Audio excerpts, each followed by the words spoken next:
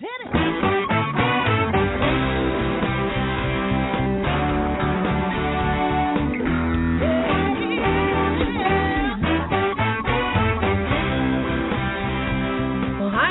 And welcome to Alzheimer Speaks Radio. I'm your host, Lori LeBay, and I'm so excited that you're joining us today.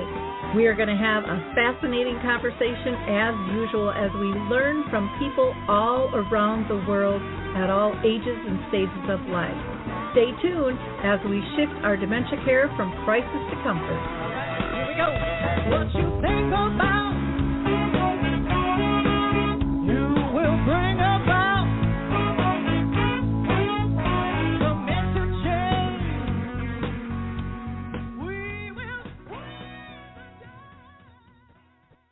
Well, hi, everyone, and welcome back to Alzheimer Speaks Radio. I'm your host, Lori LeBay, and we are going to be talking about pioneership in dementia care.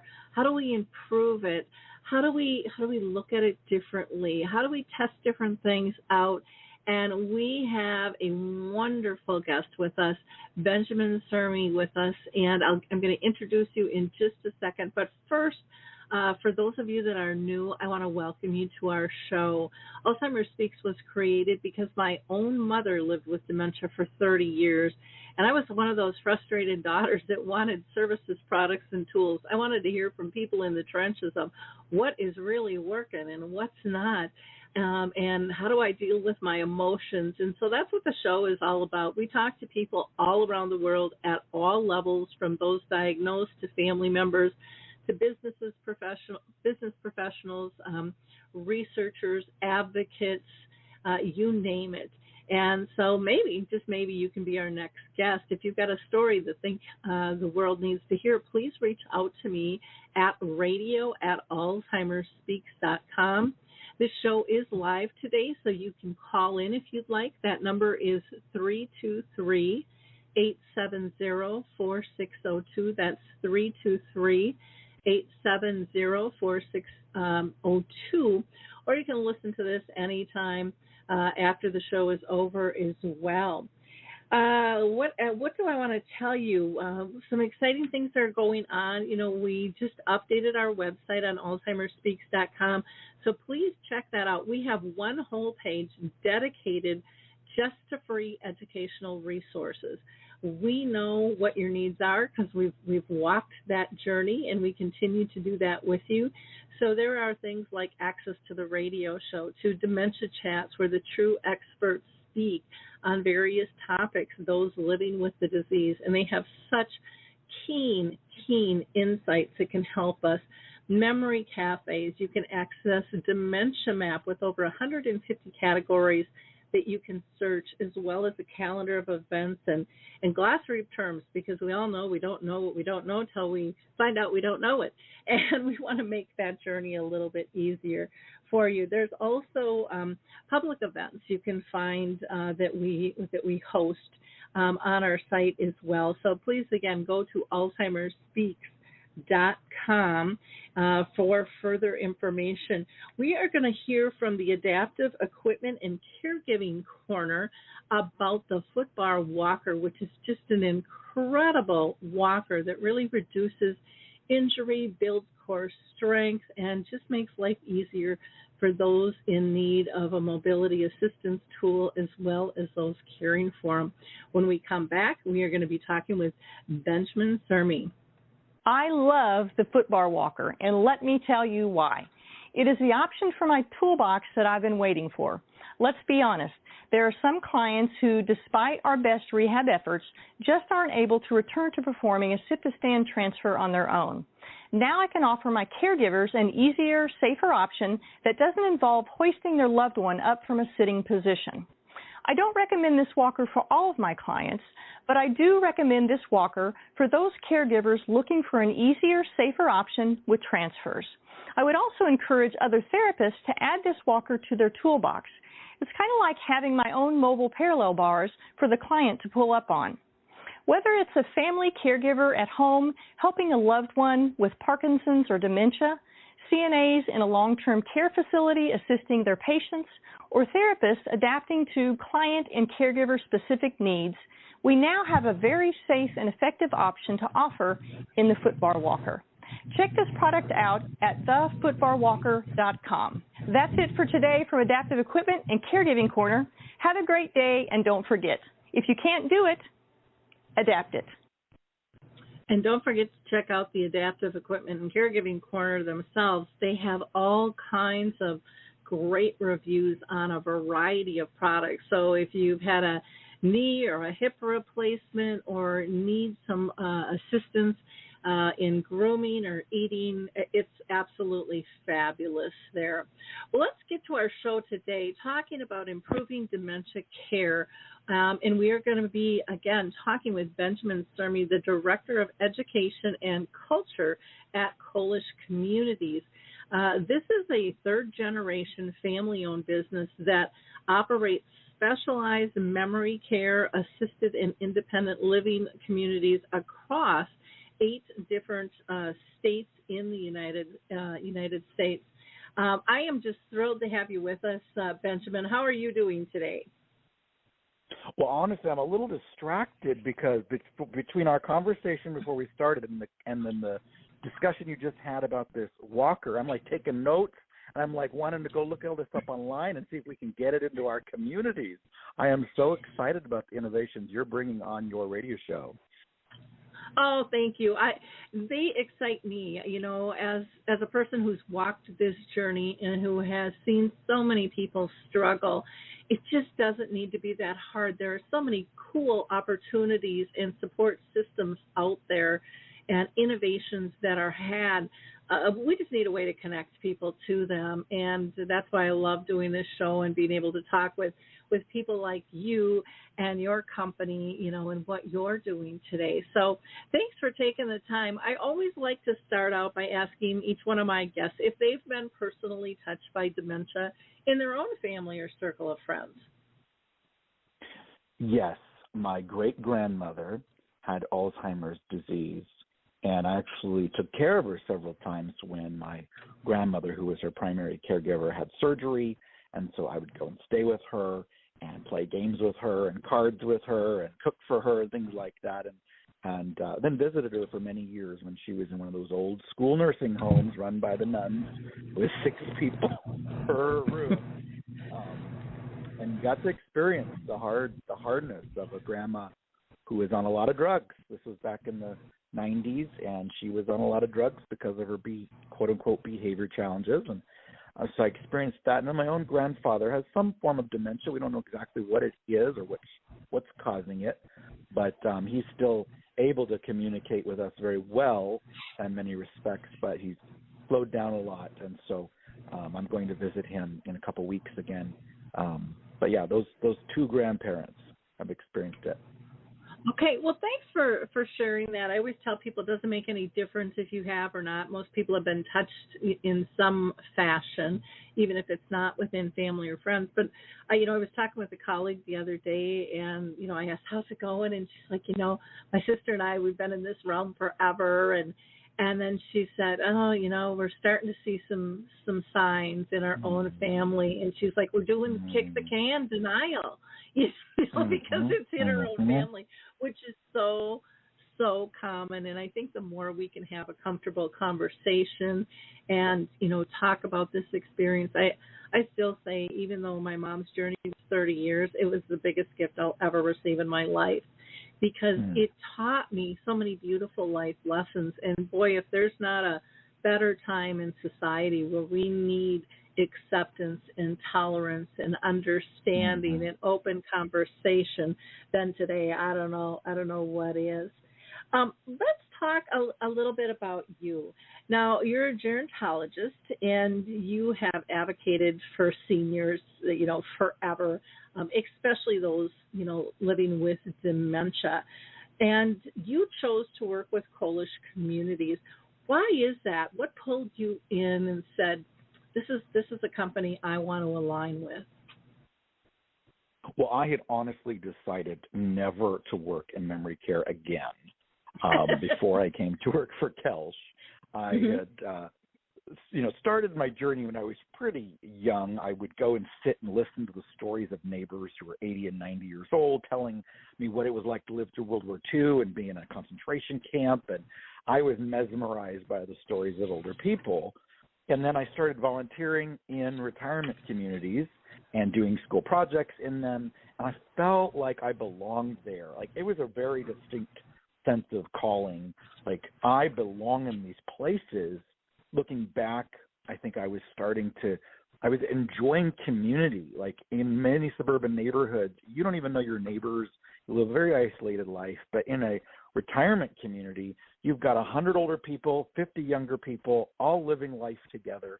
And it was a very unique experience to be known, to be cared about by these older people, and to be a part of their life.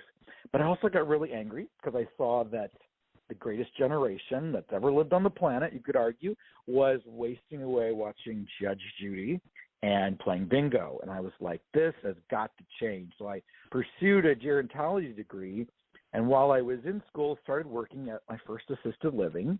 And, it was a really great experience in one way, but in the other, I saw the inhumanity of so many memory care setups where people are locked in a little hallway and their whole life becomes reduced to one little hallway. Maybe they can't even get outside unless a staff member, through the graciousness of their heart, brings them outside. And to this day in the United States, many memory care environments are still literally just a hallway or an L shape, and a lot of little rooms and very little spaces for the older person to enjoy life. And so I was just like, I cannot be a part of this. This is not right. And so I got into home care. I got into senior centers. I helped with all kinds of things in the age and place spectrum of career choices. And then I was living in Vancouver, Washington, and I kept meeting these Koelsch people. And they were these very intelligent people, and they were these very very educated. They knew a lot about dementia. They were very classy people. They weren't, honestly, in the senior living industry, there's a lot of people who really shouldn't be there. But the Koelsch people were like always above par. They were people of integrity. I really liked meeting them. Finally, I came and toured one of their communities, and I was amazed, because here was finally a place where older people living with dementia had lots of outdoor space that they could access on their own without a staff member accompanying them. There was so many spaces for them to live indoors, like lots of different areas for them to enjoy life. There was a spaciousness. It was a huge environment that was well designed. And I thought, okay, if I'm ever going to do memory care again, it's going to be something like this. And so they ended up inviting me to open a brand new community in my city. And I did that and was really, really excited to be able to be part of something that I could be proud of. And in my region, it really was one of the best options families had. Like, you really didn't have options like this anywhere in my entire region. So that's what brought me in, was seeing that I could finally stand behind something that treated people with dignity and respect and gave them a lot of freedom of just movement and a freedom of space, freedom to live and make friends in a more natural environment than some of these other ones. Oh, I love that. And I have to apologize that I was saying Koelsch, and I actually thought I was pronouncing it correct. So, Koelsch. You're fine. It's like a lot of times I'll ask, and I'm like, no, it's one down. So I'm bowing here for forgiveness at my end. I should know better on that. No. Well, it sounds really exciting. I've not been in one of their communities, but boy, just from you explaining it, I can feel the difference in my body and my soul as you're talking about it, and just how welcoming and comforting it is. And even though things have changed a lot, I used to work in real estate for 25 years, and back then people thought if they went into any type of senior environment, it was dark and dingy, and people were tied in a wheelchair and drooling and not communicating, and they're like, I'm not going there. We've come a long ways. But yet, not all are as engaging and open and airy, and the true thought behind the design. There's a lot of communities out there that are kind of cookie cutter. They think about it once and then they just kind of punch them out one after another, after another, after another. And, there's a lot of times ways that they can still be improved. And that's never really considered. Now, when I was on the website, I saw like a classic car sitting in a room, and, it just seemed like there was a lot of little surprises there. Why don't you talk a little bit about the thoughtfulness of the design concept that Koelsch uses to really, serve up a purpose-filled menu to feed the hearts and the souls of those that they serve? So Aaron and Judy Koelsch, they have dedicated a lot of resources to historical surprises in every memory care community that they design. They actually do the same thing in their independent living, assisted livings as well, but definitely much more focus on it in our memory care communities. And it starts with literally hundreds and hundreds of art pieces throughout every memory care, which, again, a lot of people, there's a stigma around dementia. It's like, well, why do we need all this art? Let's create a little, just paint the walls and put up a few pieces. But the person with dementia, they're not going to care. No. Literally, our walls are pasted with art. Some of it is more classic art, and then some of it is historical art from that particular city, because we anticipate most people move into our communities within a 5-mile radius. And we anticipate that at least half of all of our residents lived in that city for many years, which is the case. And so people will move in and they'll see the swimming hole that they grew up in. They'll see the big, huge church building they used to go to downtown. Like, they'll see things that they were familiar with, because we have a research team that goes out to the historical society in each city we go to and finds artifacts from that city, from that region, and then decorates the community with those pictures. So that's one piece, is all the artwork, including regional specific artwork. And then in every hall, I think there's 1, 2, 3, 4, 5, 6, 7 halls or so. There are 1 or 2 large curio cabinets that house a lot of historical antiques that are different themes. So each curio is a different theme. It might be vintage children's toys, vintage cooking equipment, right? And so, some of it's maybe dangerous to just like have laying around, so it's behind glass. But our residents we can sit and have a conversation. Families can sit and have a conversation about, oh, that's how you used to shave, Dad. I saw that razor and that special brush, and they can have those conversations. Every room has a shadow box that's indented into the wall, so that there can be 3D items as well as pictures and a biography. So every single apartment has a shadow box that's not digital. It's not something that's maybe unfamiliar. It's print pictures. It's a print biography, and it's real items. Maybe a medal from that person's track team. Maybe it's a war medallion for someone who served in the military. Things in the shadow boxes that remind them of their life and what they accomplished. And then Aaron uses a crane, and once the building is built, he'll put in a classic car or truck or motorcycle in every community in the courtyard, so that residents can go outside and can sit in it, can wash it, can talk to their friends about it, can touch and feel a car that they would have grown up with, and they're in their lifetime. And so those are a few of the pieces that I think are really cool about kind of the extra special design features that help with reminiscing.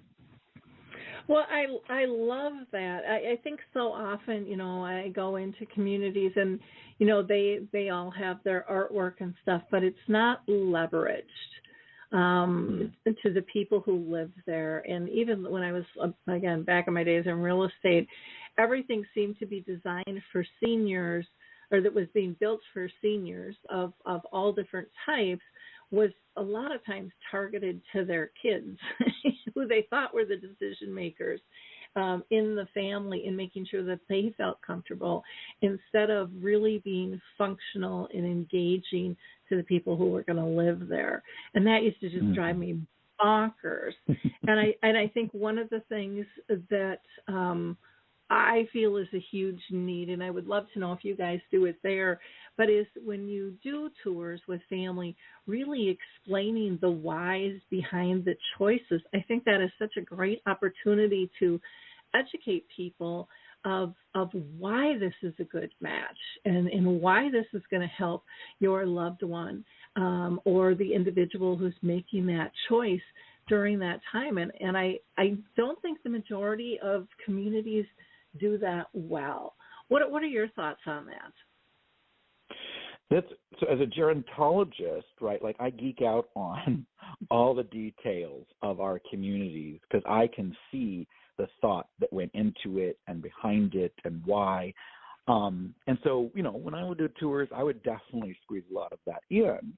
However, what we teach our team is really to focus less on the built environment and to focus on community, the people who live there, the people who work there, the other family members. So when we're training directors of community relations on how to do tours, one of the basic things we're training them is don't focus so much on the building and pointing out all the bells and whistles. Your job is to help families meet the residents who live here and the team members who work here.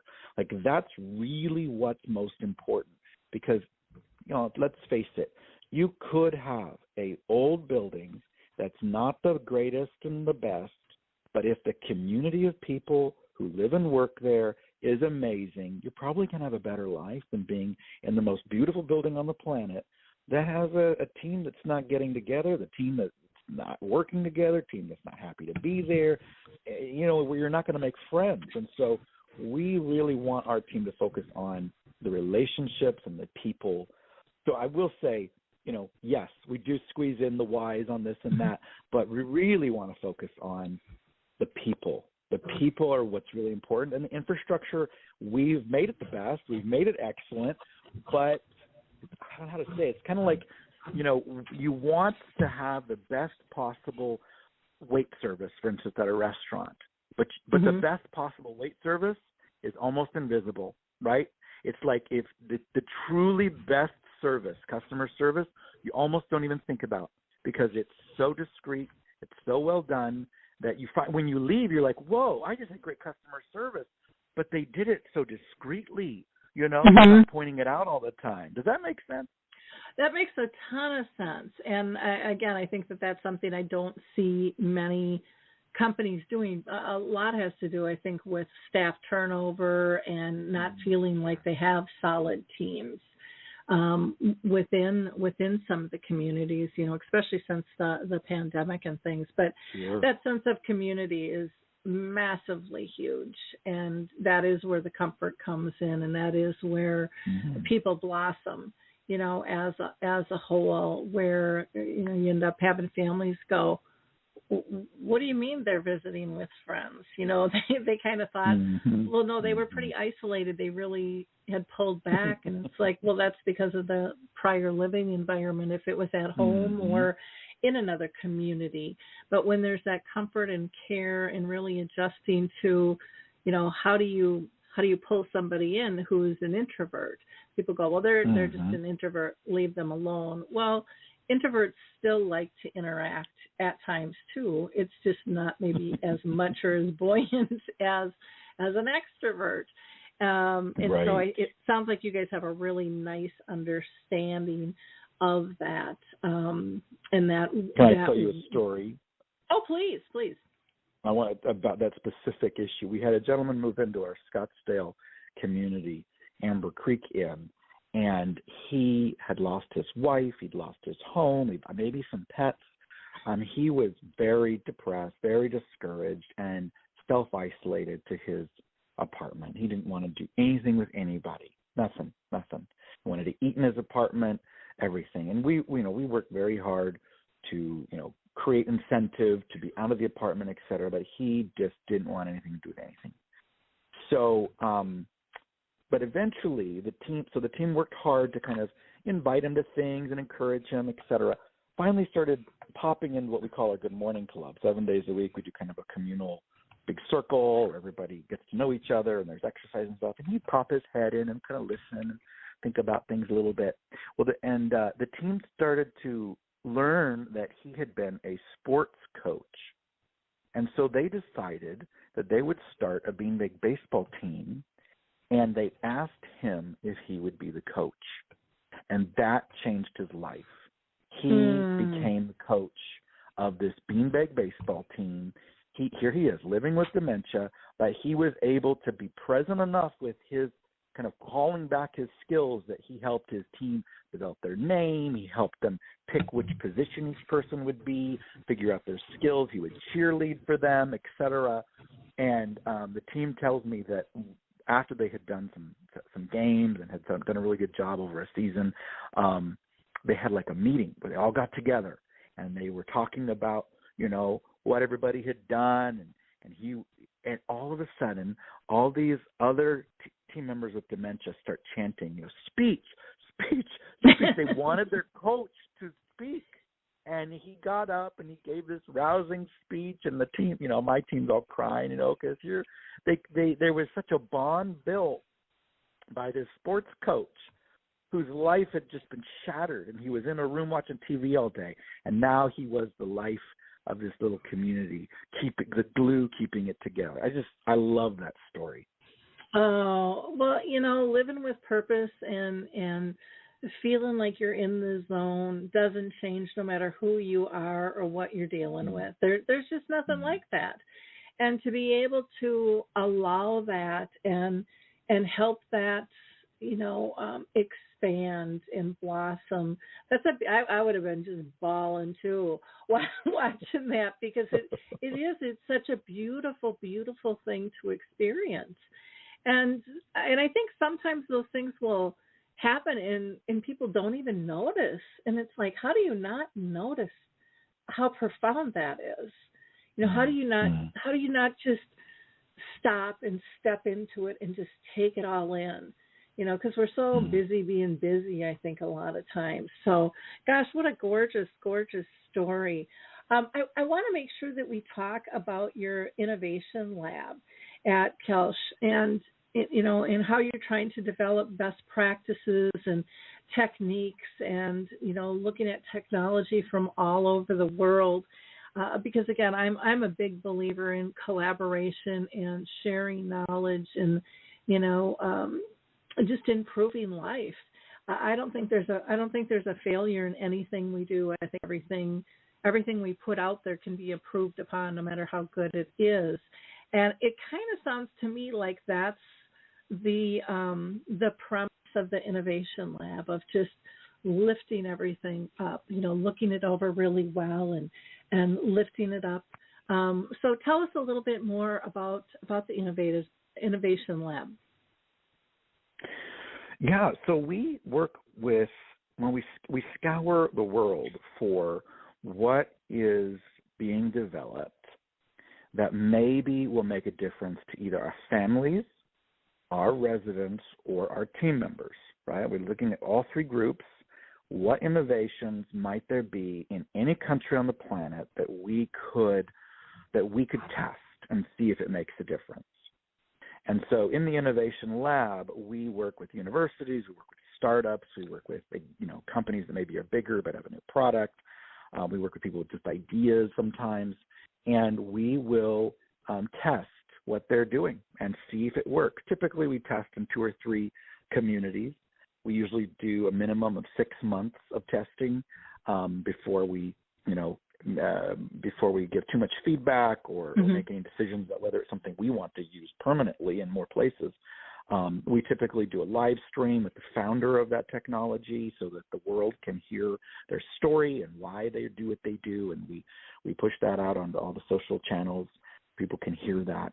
And so it's a opportunity really to see if an idea works in the real world. Because there's a lot of great ideas. There's billions of dollars of investment right now in what we call age tech and all kinds of new companies trying new things. A lot of it designed by people who really, they don't live in a community environment. They've never worked in one, and they don't know the realities of a community environment, especially a community environment with dementia. And so we really are an opportunity for them to experience real life with their product, their tool, their training, their protocol, whatever it is they've developed. Koelsch Innovation Lab is how we pretty much vet anything that we might think of using, and then also just be a service to the larger community by participating in university research or other types of research that companies want to do. Oh, I love that. And by doing that in, a couple of different communities for an extended period of time, you really get a good feel where I think sometimes it's a one-shot, short-term evaluation, but you really be able to feel that. And you're right, there's a lot going on in that age tech area, but much of it isn't always based in reality or just kind of that knowledge base. And what a great resource you guys are, because even if it doesn't work, there's things that can be tweaked. I know I run across tons of concepts and it's like, great idea. I don't think it's going to work for these reasons, but if you do this, or you get them thinking of different ways to be able to do it, it comes back even better and can really, really make a huge impact. So that is wonderful. Is there any, I'm going to put you on the spot, any product that raises to the forefront of, wow, this is something we vetted and this was just incredibly life-changing for people? I think one of my favorites, I probably shouldn't say favorites on live radio, should I, was a team out of France that had really found a way to bridge the generational gap between the generation that knows they're loved when someone writes them a physical card or postcard or letter, and the generation that has never even used a stamp, right? So two generations that are divided by the way we show love and communication. Like my grandma knows I love her if I send her a postcard or a letter, right? That's how she knows I love her. Maybe a phone call, but it's very physical, whereas the generation that I'm part of and my kids are part of, like, we barely know how to address an envelope because we do everything digital. Yep. And so how do you keep those generations connected?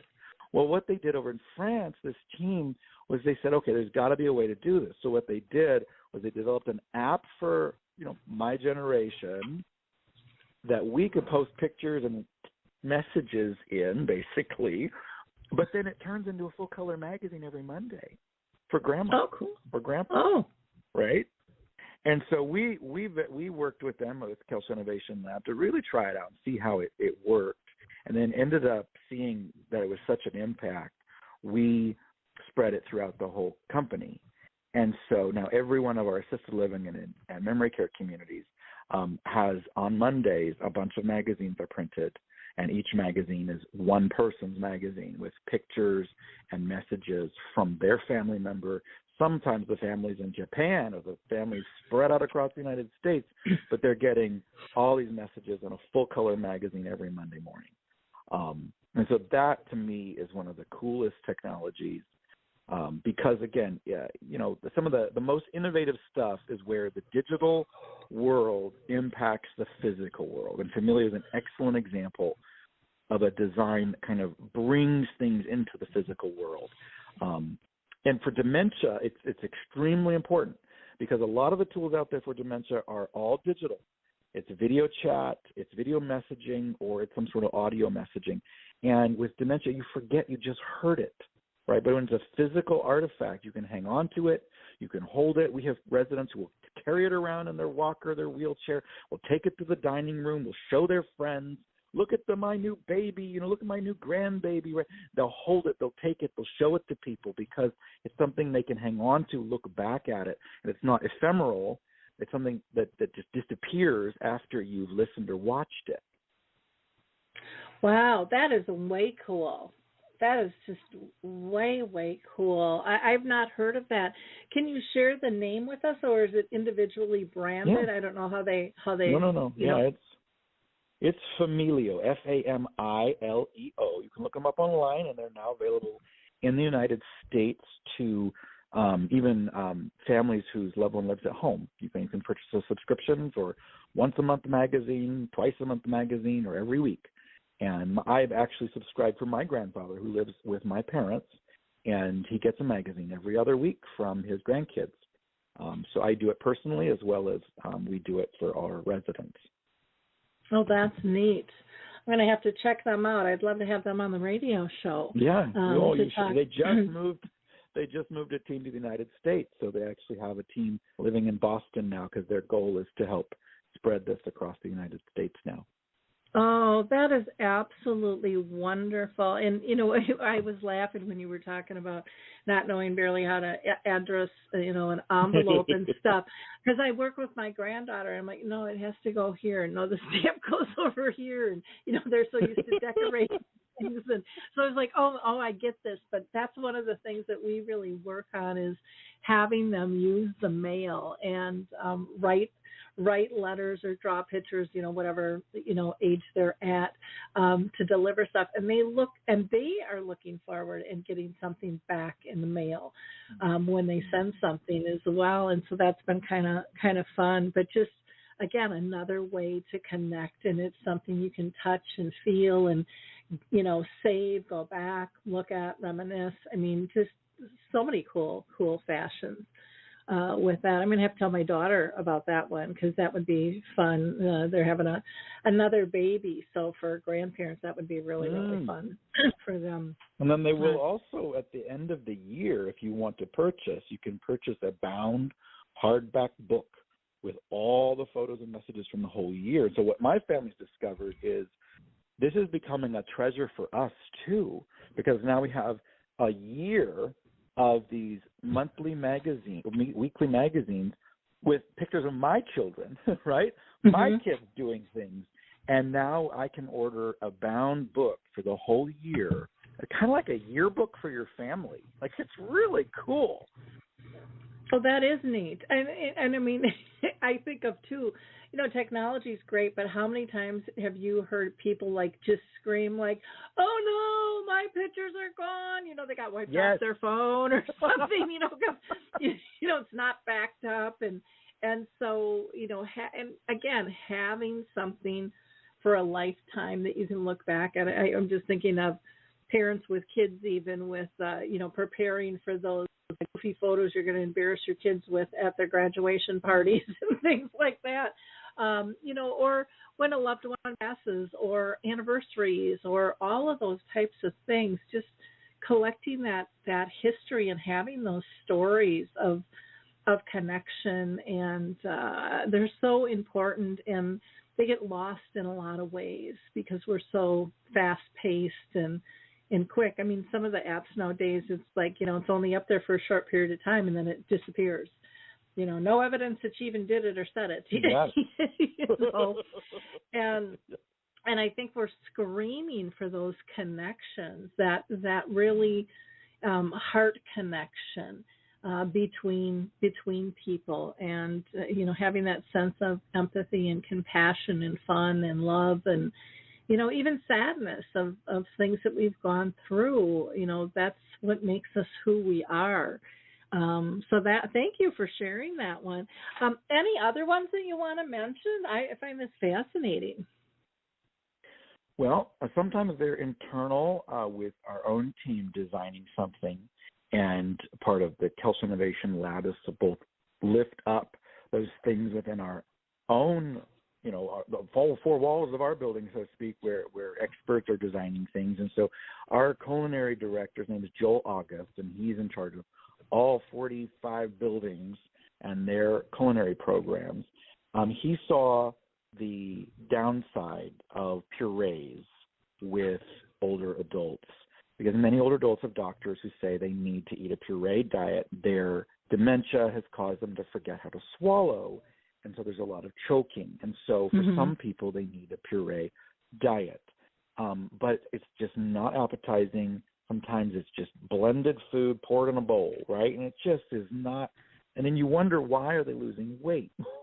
Well, who wants to eat a blended burger in a bowl? I mean, really. Yep. And so Joel worked really hard with some of his chefs to design a program called Purees with Purpose, or Dining with Dignity. And it is a program where chefs use very inexpensive tools. They don't have to buy big molds and things that look very industrial. They use they use a couple different techniques, and they're able to take food that would normally be poured in a bowl, eaten with a spoon, and they can make a sandwich look like a sandwich. Like, it literally looks like a roast beef sandwich with fries, but you eat it with a spoon. And wow.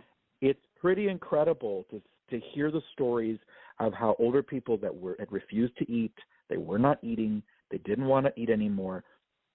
You put a Purees with Purpose designed dinner in front of them, they're eating again. They're polishing it off because it looks like real food, and they can eat it with a spoon so they don't choke, but it looks normal. It looks like something they recognize. And so anyway, that's been a really cool program that I am so proud of Joel for rolling out throughout our company. And I have a couple others, but I wanted to hear if you've heard of something like that before, because I mean, that's a big deal. That's a huge deal. You know, I've heard of a couple others, and I can't remember the name offhand, but that they were fairly complicated and extremely expensive for people to be able to, pull into their communities. And you know, with budgets the way they are in most communities, it got complicated. And yet the need is there. So that sounds really cool. Really, really cool. It costs us about $50 to get started in a kitchen. $50. Oh my gosh! As long as you have a blend, if you have a blender and a Roku and a steamer, like if you already have those things in your kitchen that you normally would have in a kitchen of our size, then it only is about $50 of tools to be able to pull this off. So really, there's no excuse in 2022 to continue serving purees in a bowl. There's just no excuse. Oh my gosh, that's incredible. Yeah, I hadn't heard nothing even close to that in terms of cost, and that, I mean, is, we've got to be budget friendly these days. We've got to be so conscientious of how we're delivering things, and that just sounds amazing. And I remember my mom, in a nursing home, and she, towards the end, everything was pureed, and it was just, everything was slopped on a plate. And you had to kind of look around the room to see what it was, because you had no idea, and everything just looked bland and, and I'll say it, and gross. I mean, it just didn't look appealing at all. And yet, you knew she needed to eat it, but everything just kind of mushed. It all looked like mashed potatoes on a plate, except a little more watery. And to be able for her to have experienced that, I think would have been just life-changing with that. Yeah. Gosh. We've also piloted, we've also run research initiatives with Rendeavor and Mind VR, which you might have had on your show. These are virtual reality programs for people living with dementia. That's a ton of fun to bring people back to places that they grew up, take them places they've never been before, get to experience it as a group. We've tested a program called S3 Balance, which is a way to do balance exercise for about 5 to 10 minutes a day. And they're demonstrating in different communities 400% reduction in falls, just 5 to 10 minutes. And you're just doing very basic things like lift one leg up, let it be up for 10 seconds, put it down, lift your hands up off the bar. Very simple, but it took this therapist, about 17 years to get this device correct and safe, so you don't have to worry that someone's going to fall over, because everybody's scared of someone falling over. So he worked really hard to be able to put together a device that can make sure people don't fall over when they're in that wobbly state of I'm not quite balanced right now. Yep. And we've also done a research initiative with Zinnia TV, which you might have interviewed. Oh, yeah. Where it's a TV station just for people living with dementia. So that's been great. We also worked with Joe and Bella, who I think you had them on your show as well. They're coming up in about a month, okay. Or the end of the month here. Yeah. Oh, that's so cool. We worked with them to really get the word out about their incredible adapted clothing to all of our families.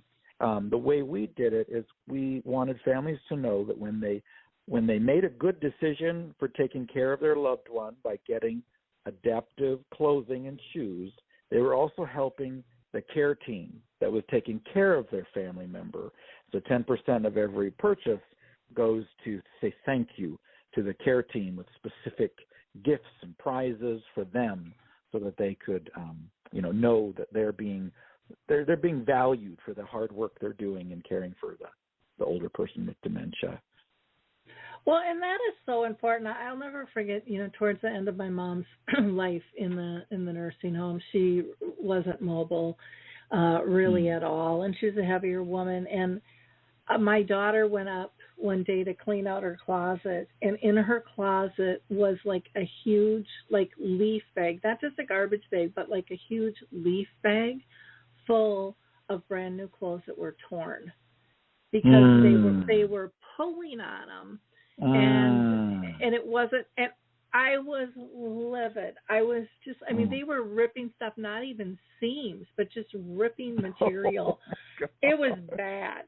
And I was, and this was a community I adored for she lived there 14 years, and they were excellent. And then they lost 3 team members all at once in her community, and they never regained kind of that unity and sense of community. But, it was just lack of training or following the training, whatever. And we could never figure out, where's all our clothes? I just bought her a bunch of clothes. Well, here they were in this bag, ripped. And then we found she was even wearing stuff that was ripped out, in the behind, but we didn't know that because she was sitting down. And they would just kind of tuck it in around her. It was just so this stuff really does matter, folks, on a lot of levels, and it impacts not just, the person you're caring for, but like you said, the care team around them and their family members as well. I know it had a huge impact on me, and I struggled with that. I really, really struggled with that. I understood, shortage of staff. I understood all of the reasons it could happen, but I didn't understand why no one ever talked to me about that, because we could have used different types of clothing to avoid that. And, she would have been well cared for. It would have been less everything for everybody in that process, with that. And Zinnia TV, they were one of the Moz Award winners. In fact, I'm interviewing the 2020, a couple of the winners this afternoon, and that'll go out, I think, on the 15th. Okay.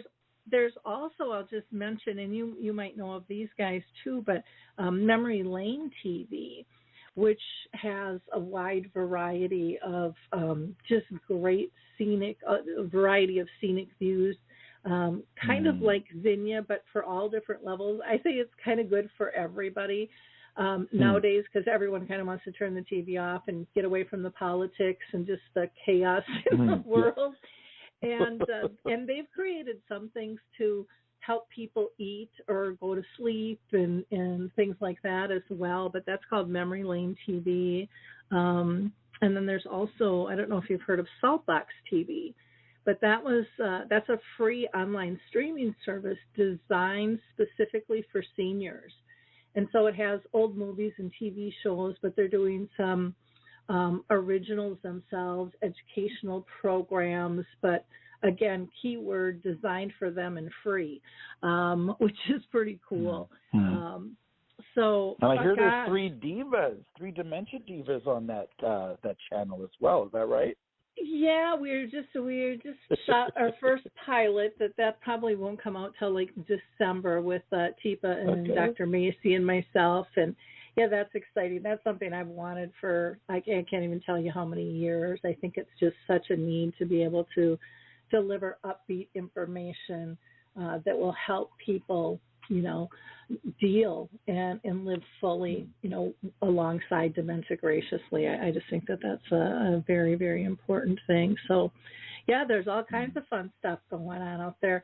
Do you guys have anything on your plate for the future that you're not doing, but you're thinking about, or it's on the list, and that you can share with us? Well, I think, you mentioned family communication being so important, and one of the things that was very stressful for you as a family member. And I think that for me as a gerontologist, I feel like that's one of the biggest areas that senior living needs to grow is how do you communicate with the family unit? How do you, it's hard enough to communicate between the community and the one person who's the responsible party, but how do you communicate with the whole family unit on top of that? Because everybody in the family has different needs associated with their loved one, their grandma, their grandpa, their husband, their wife, or their mother. They all have a need. And so one of the things that we're working on is really looking at how to expand the use of Familio to communicate with the families, because the app that the families post messages in can also receive messages from our team. And so because you get the whole family unit on that app, you got all the 10 grandkids, you got the brothers, the sisters, everybody's on the app.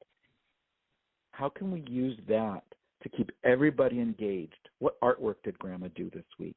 What did she make a new friend?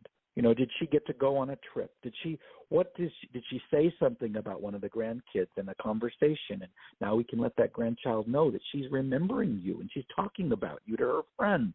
Can we let them know that there's important things coming up and opportunities to come and visit that are fun? And can we engage the family so that it doesn't feel like a black box? So much of senior living for the family feels like a scary, I'm going to walk in this building, I don't know anybody except for my grandma, and I don't know what's really going on when I'm not there.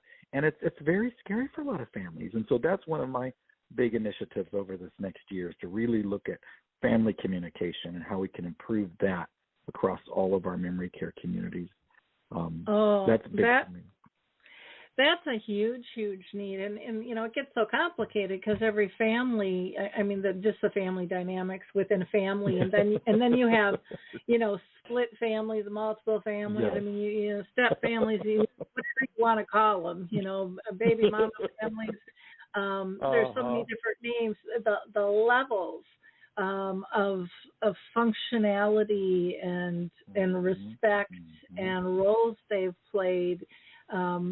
Throughout the years and stuff, it gets really, really interesting. I have a program that I developed called Conscious Caring Support Program, and it deals with that emotional side, because I think families too need help in terms of processing their emotions, and how do you do that in a safe fashion. So that they can function together, because there's a lot of families out there that I don't know about you, but one of the most common questions I get is, how do I get my siblings to change, or other members of the family to see my side? And it's kind of like, well, you got to see their side too. Yes. To get missed a lot of times, and how do you make that a doable process for people, and sometimes you can't, depending on the dynamics. But I love that intergenerational space that you're talking about in terms of sharing things and keeping people connected, and allowing the kids to be involved, because so often they're cut out of what's going on, and they know that the family dynamics have changed, and a lot of times they think it's their fault, because they're not even told the details. And I've heard that, from little kids up to, high schoolers going, I'm just not that important in the family anymore. because Right. mom and dad are busy over here, and so trying to find that balance and support for everyone, so people can see that, and having that having that empathy and compassion and understanding and acceptance, I think grow is a beautiful thing to watch. The other one that I think is ongoing and is still in its infancy is bringing a program called Humanitude to the United States. Mm-hmm. And that has been a multi-year process. We researched their work by doing multiple initiatives in our communities where we had these trainers from Europe and Asia come and do a training that they do over there regarding caring for people with dementia that's not available in the United States yet.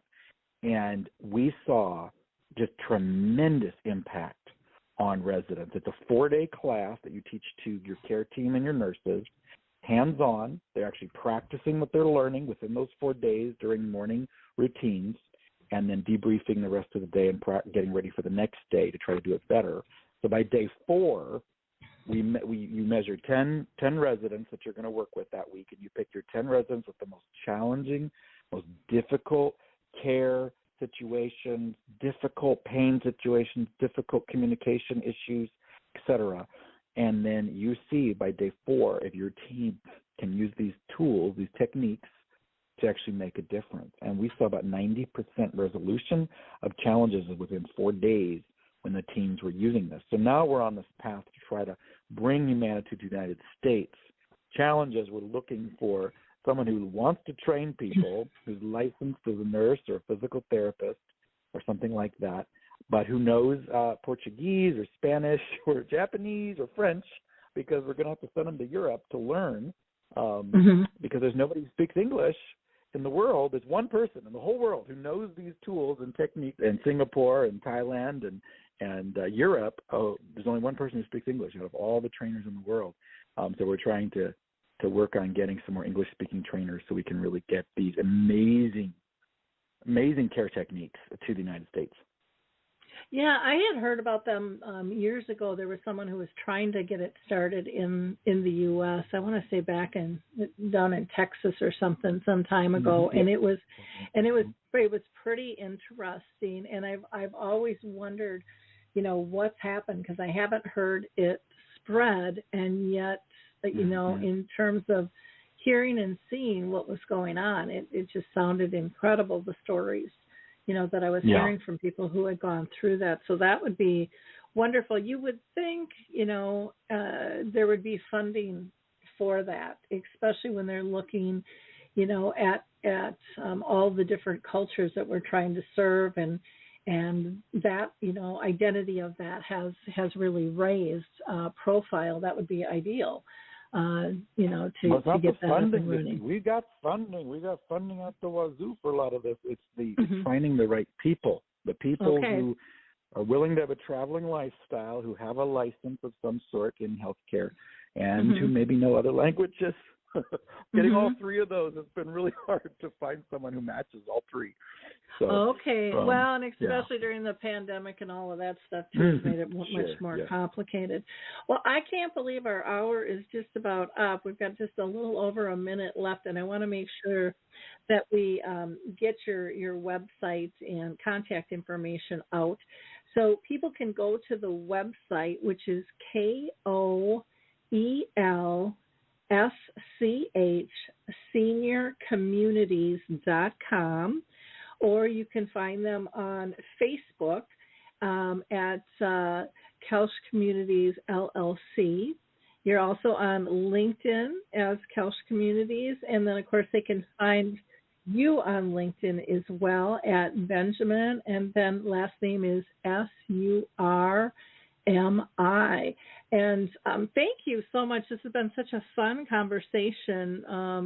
It always is talking with you, and just upbeat, and makes me feel so hopeful. And I love when I leave a show feeling filled with hope, and that the world is going to be a better place because of the guest I talked to. So To our listeners, please like, click, and share. Don't keep these nuggets to yourself. We have to spread the word of all the good work that's going on to bring more people comfort in their caring journey. So again, Benjamin, thank you so much for your time today. Really appreciate it. It's always a pleasure being with you, Lori. Thank you for having us. Thank you. We will talk with you all on Thursday again. Bye now. Well, hi, I'm Lori LeBay, and I wanted to tell you about Alzheimer Speaks, which is another great podcast. You see, my own mother lived with dementia for 30 years, and I felt lost. Did you know every 3 seconds someone in the world is being diagnosed with dementia? Odds are it's going to hit your families too. We want to help you connect to services, products, tools, research, and stories so you can be prepared. Please subscribe to Alzheimer Speaks on your favorite podcast platform.